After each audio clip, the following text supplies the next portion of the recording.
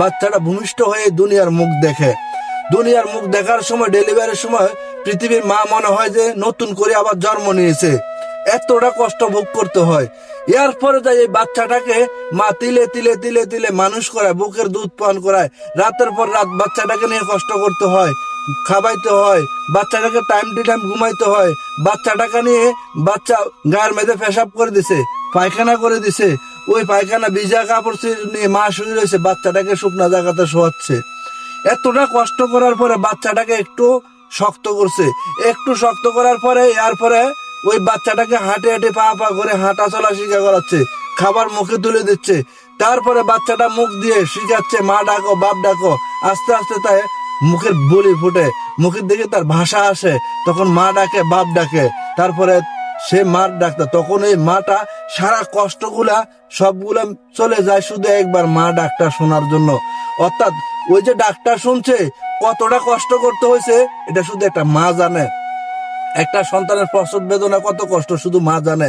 একটা সন্তান দুনিয়ার মুখ দেখানো কত কষ্ট সেটা শুধু মা জানে। একটা সন্তানকে মানুষ করা কত কষ্ট সেটা শুধু মা জানে। এটা সবাই জানে না, কারণ মার রাতের পর রাত ঘুম থাকে না, দিনের পর দিন ঘুম থাকে না, মায়ের গায়ে প্রস্রাব করে দেয়, পায়খানা করে দেয়, সবগুলা নিয়ে মা ওই বাচ্চাটাকে মানুষ করে, ভাষা শিখায়, কথা শিখায়। তারপরে বাচ্চাটা মা ডাকে, এরপরে মার কলিজাটা ঠান্ডা হয়। এরপরে আপনার ঠিক যে কোনো কাজ আপনি করবেন, দৌড়িয়ে ভাবলেন আমি এই কাজটা করতেছি, ওই কাজটাতে আমি আজকে সফল হয়ে যাব, 2 দিন করলাম, 1 সপ্তাহ করলাম, আমি সফল হয়ে গেছি, আমি কোটিপতি হয়ে যাব, আমি সেলিব্রিটি হয়ে যাব, আমি ভাইরাল হয়ে যাব। কখনো হবে না ভাই। যে কোনো কাজ করার কারণ হচ্ছে আপনাকে পরিশ্রম করতে হবে। তিলে তিলে তিলে তিলে এখান থেকে আপনি জ্বলে জ্বলে জ্বলে জ্বলে আপনাকে নিজে লোহা হইতে হবে। লোহা যেমন আগুনের মধ্যে পড়লে গলে যায়, আপনাকে গলে গলে ওখান থেকে আপনাকে শক্ত হতে হবে।